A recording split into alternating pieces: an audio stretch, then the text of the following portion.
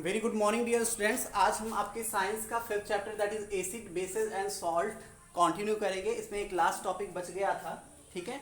वो क्या था? Neutralisation in everyday life.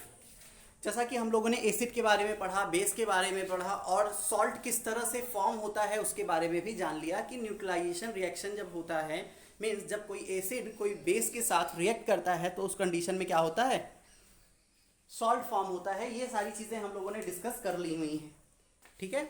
अब यहाँ पे हम लोगों को डिस्कस करने हैं कुछ एग्जाम्पल जो कि हम लोगों के एवरीडे लाइफ में होते हैं। किससे रिलेटेड? न्यूट्रलाइजेशन से। मीन्स न्यूट्रलाइजेशन जो है हम लोगों के एवरीडे लाइफ में कहाँ पे पाया जाता है, कहाँ पे होता है। तो सबसे पहली चीज़ यहाँ पे बोल रहे हैं इंडाइजेशन। क्या बोला जा रहा है? इंडाइजेशन जब हमें हो जाता है कभी कभी तो उस कंडीशन में न्यूट्रलाइजेशन रिएक्शन होती है। तो सिंपली समझिए इसमें होता क्या है बच्चों। हम लोग जानते हैं कि जो हमारा स्टमक है वो क्या करता है? हाइड्रोक्लोरिक एसिड रिलीज करता है आपके स्टमक पे। वो हाइड्रोक्लोरिक एसिड क्या करता है? डाइजेशन में आपकी मदद करता है, पहली चीज़। और दूसरी चीज़, अगर आप जो भी फूड आइटम खा रहे हो अगर उसमें बैक्टीरिया प्रेजेंट है, क्या प्रेजेंट है? बैक्टीरिया वगैरह प्रेजेंट हैं तो उनको किल करने के लिए भी हाइड्रोक्लोरिक एसिड बहुत ही ज़्यादा उपयोगी होता है। लेकिन कभी कभी क्या होता है कि जब हमारे स्टमक में हाइड्रोक्लोरिक एसिड का अमाउंट क्या हो जाता है? ज़्यादा हो जाता है, तो हमें एसिडिटी जैसी समस्या हो जाती है, हमें इंडाइजेशन की प्रॉब्लम हो जाती है। उस कंडीशन में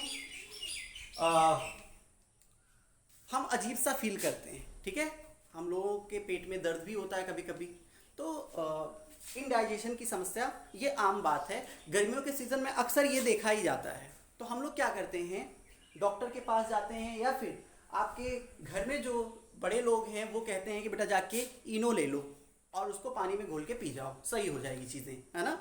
और हम लोग जब जाते हैं शॉप पे, वहाँ पे इनो वहाँ से लेके आते हैं और पानी में घोल के जब उसको पीते हैं तो होता क्या है कि कुछ ही देर में आपका जो ये इंडाइजेशन वाली प्रॉब्लम थी, आपकी जो एसिडिटी वाली प्रॉब्लम थी, वो क्या हो जाती है? ख़त्म हो जाती है। तो समझने वाली बात ये है कि आखिर ऐसा होता क्या है कि इंडाइजेशन या फिर एसिडिटी की समस्या खत्म हो जाती है। होता ये है बच्चों कि आपके स्टमक में excess amount of hydrochloric acid जो है, ठीक, उसी की वजह से ये सारी समस्या हो रही थी। जब हम लोगों ने इनो पानी में घोल के पिया तो जो इनो होता है उसमें क्या होता है? बेस होता है। क्या होता है? बेस होता है। वो बेसिक इन नेचर होता है। तो जब उसको पानी में घोल के हम पीते हैं तो एसिड तो पहले से स्टमक में मौजूद था और अब हमने क्या किया? बेस भी स्टमक में ले लिया। अब एसिड और बेस दोनों एक जगह पे हो गए तो एसिड और बेस आपस में क्या करेंगे? एक दूसरे को न्यूट्रलाइज कर देंगे और आपकी ये जो एसिडिटी वाली समस्या है ये खत्म हो जाएगी। सबसे पहली चीज तो ये। दूसरा एग्जाम्पल हम देख सकते हैं अपने एवरीडे लाइफ में कि अक्सर हम लोगों को जो आंत होती है, जो बीज होती हैं, वो क्या करती हैं? स्टिंग कर लेती हैं या बाइट कर लेती हैं, ठीक। उस कंडीशन में वो क्या करती हैं? हमारे स्किन के अंदर एक एसिड रिलीज कर देती हैं।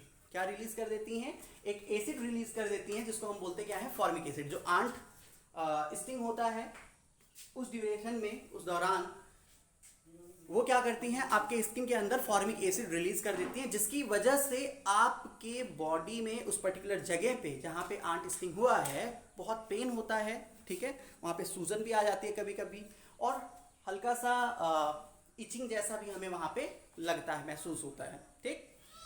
तो अगर हम इस समस्या से छुटकारा पाना चाहते हैं या रिलीफ पाना चाहते हैं तो हमें क्या करना चाहिए? वहां पे हमें बेस अप्लाई करना चाहिए। क्या करना चाहिए? बेस अप्लाई करना चाहिए। अगर हम वहां पे उस पर्टिकुलर जगह पे बेस लगाएंगे तो होगा क्या? एसिड और बेस आपस में एक दूसरे को क्या करेंगे? न्यूट्रलाइज कर देंगे, ठीक है।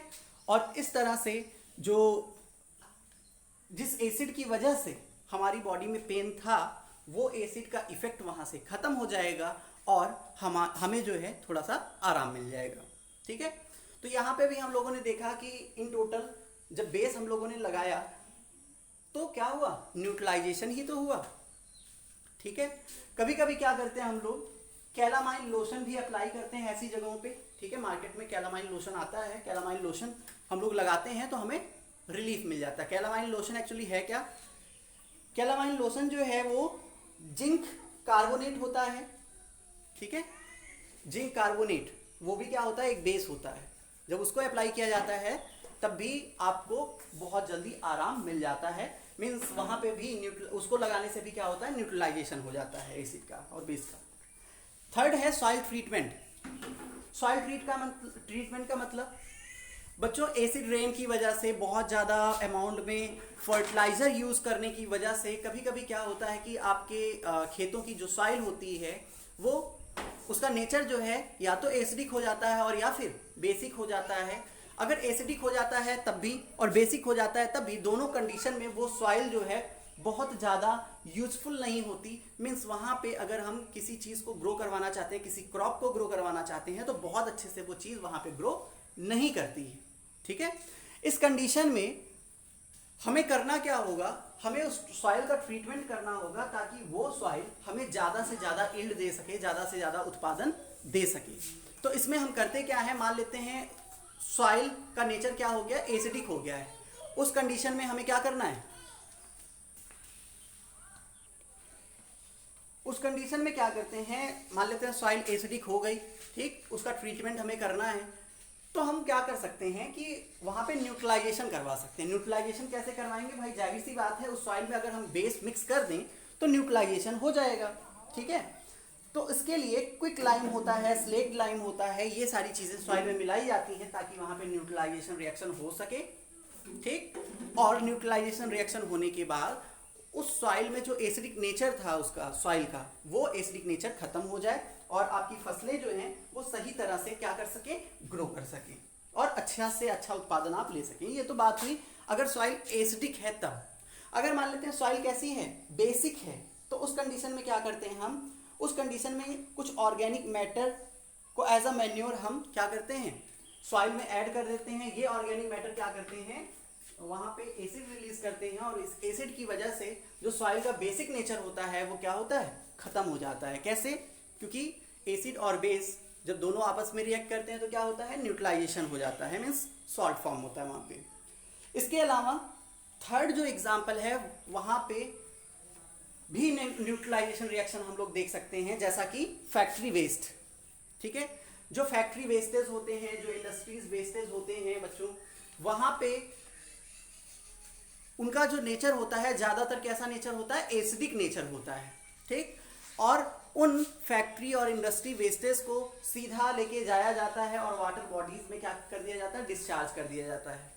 अगर बिना ट्रीटमेंट किए उस वेस्टेज का बिना ट्रीटमेंट किए हम वाटर बॉडीज में उसको डिस्चार्ज कर दे रहे हैं तो होगा क्या कि जो वाटर बॉडीज हैं उसमें जो ऑर्गेनिजम्स हैं, चाहे वो पेड़ पौधे हों चाहे वो जीव जंतु हों, ठीक, उन सबके लिए ये चीज़ क्या होती है, काफ़ी नुकसानदेह होती है। कई बारी तो जो एक्वेटिक ऑर्गेनिजम्स होते हैं उनकी डेथ भी हो जाती है। ठीक, और आपका जो वाटर होता है वो पॉल्यूट तो होता ही होता है।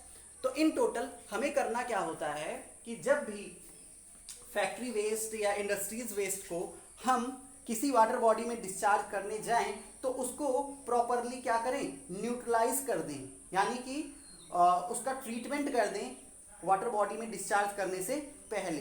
तो इस तरह से होगा क्या कि वो वेस्टेज जब वाटर बॉडीज में जाएंगे तो वहाँ पे बहुत ज़्यादा इफेक्ट उनका नहीं होगा और आपके जो एक्वेटिक ऑर्गेनिजम्स हैं वो सही सलामत रह पाएंगे।